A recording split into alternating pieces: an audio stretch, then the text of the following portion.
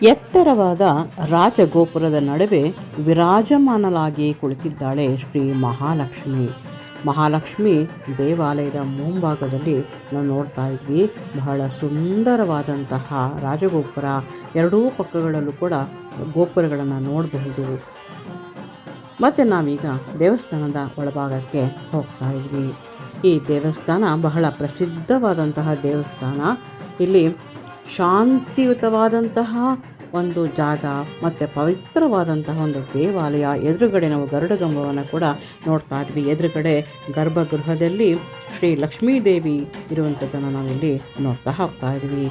ಪಕ್ಕದಲ್ಲಿ ಮತ್ತೊಂದು ದೇವಾಲಯ, ಶ್ರೀ ರುಕ್ಮಿಣಿ ಮತ್ತು ಪಾಂಡುರಂಗರ ಒಂದು ದೇವಾಲಯ. ಅತ್ಯಂತ ಸುಂದರವಾದಂತಹ ಒಂದು ದೇವಾಲಯ, ಸುಂದರವಾದ ಒಂದು ಉದ್ಯಾನವನವೂ ಕೂಡ ಇಲ್ಲಿದೆ.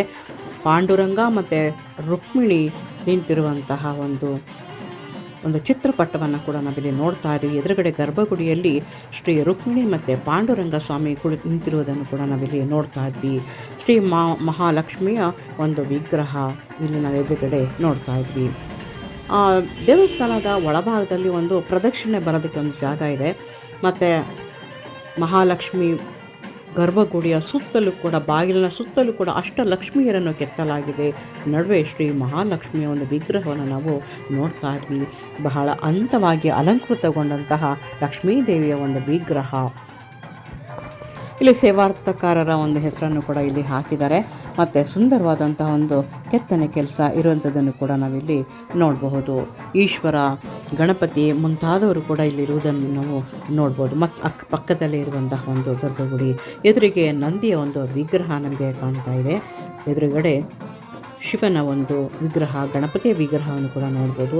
ಇಲ್ಲಿ ಮಹಾಲಕ್ಷ್ಮಿಯ ಒಂದು ಚಿತ್ರಪಟವನ್ನು ಕೂಡ ಇಲ್ಲಿ ನಾವು ನೋಡ್ತಾ ಹೋಗ್ತಾ ಇದ್ವಿ. ಒಟ್ಟಿನಲ್ಲಿ ಇದು ಬಹಳ ಅದ್ಭುತವಾದ, ಸುಂದರವಾದಂತಹ ಒಂದು ದೇವಾಲಯ.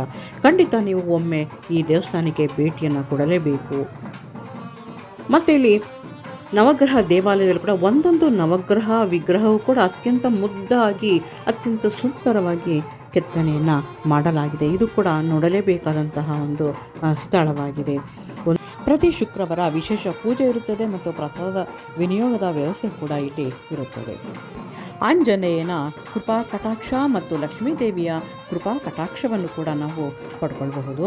ಹಾಗಾಗಿ ಒಂದೊಂದು ನವಗ್ರಹಗಳು ಕೂಡ ಒಂದೊಂದು ರೀತಿಯಲ್ಲಿ ಅತ್ಯಂತ ಆಕರ್ಷಣೆಯನ್ನು ಉಂಟು ಮಾಡುವಂತಹ ಒಂದು ದೇವಸ್ಥಾನ ಇದಾಗಿದೆ. ಮತ್ತು ಸುತ್ತಲೂ ಕೂಡ ಅಲಂಕೃತವಾದಂತಹ ವಿಗ್ರಹಗಳು, ದೇವಾನುದೇವತೆಗಳ ವಿಗ್ರಹಗಳನ್ನು ಕೂಡ ನಾವಿಲ್ಲಿ ನೋಡಬಹುದು. ಗೋಪುರದ ಅಂದ ಚಂದವನ್ನು ಕೂಡ ನಾವಿಲ್ಲಿ ವೀಕ್ಷಣೆ ಮಾಡ್ತಾ ಹೋಗ್ತಾ ಇದ್ವಿ. ಇಲ್ಲಿ ಪಕ್ಕದಲ್ಲೇ ಕೂಡ ಅಲ್ವೇ ಮಹಾಲಕ್ಷ್ಮಿಯ ಒಂದು ಟ್ರಸ್ಟಿನ ಮಂದಿರ ಇದೆ. ಇಲ್ಲೂ ಕೂಡ ವಿವಾಹದ ಶುಭ ಕಾರ್ಯಗಳನ್ನು ಕೂಡ ಇಲ್ಲಿ ಮಾಡ್ಕೊಳ್ತಾ ಹೋಗ್ಬೋದು. ಇಲ್ಲೂ ಕೂಡ ನಾವು ಎದುರುಗಡೆ ಒಂದು ಉದ್ಯಾನವನ್ನು ನಾವು ನೋಡ್ತಾ ಇದ್ದೀವಿ. ಇಲ್ಲಿ ಎದುರುಗಡೆ ಒಂದು ವೆಂಕಟೇಶ್ವರನ ಒಂದು ವಿಗ್ರಹವನ್ನು ಕೂಡ ನಾವಿಲ್ಲಿ ನೋಡ್ತಾ ಹೋಗ್ತಾ ಇದ್ವಿ. ಎದುರುಗಡೆ ನಮಗೆ ಬೀಗಗಳನ್ನು ಹಾಕಿರುವಂತಹ ಒಂದು ಆಂಜನೇಯನ ಒಂದು ಪುಟ್ಟ ಗುಡಿ ಕಾಣ್ತಾ ಇದೆ. ಇಲ್ಲಿ ಬೀಗ ಹಾಕಿ ಹರಕೆ ಹೊತ್ಕೊಂಡವರಿಗೆ ಖಂಡಿತ ನೆರವೇರುತ್ತದೆ ಎನ್ನುವ ಒಂದು ನಂಬಿಕೆ ಕೂಡ ಇಲ್ಲಿ ಇದೆ. ಈ ದೇವಸ್ಥಾನದ ಬಗ್ಗೆ ಮಾಹಿತಿ ಇಷ್ಟ ಆಗಿದ್ರೆ ಸಬ್ಸ್ಕ್ರೈಬ್ ಮಾಡಿ.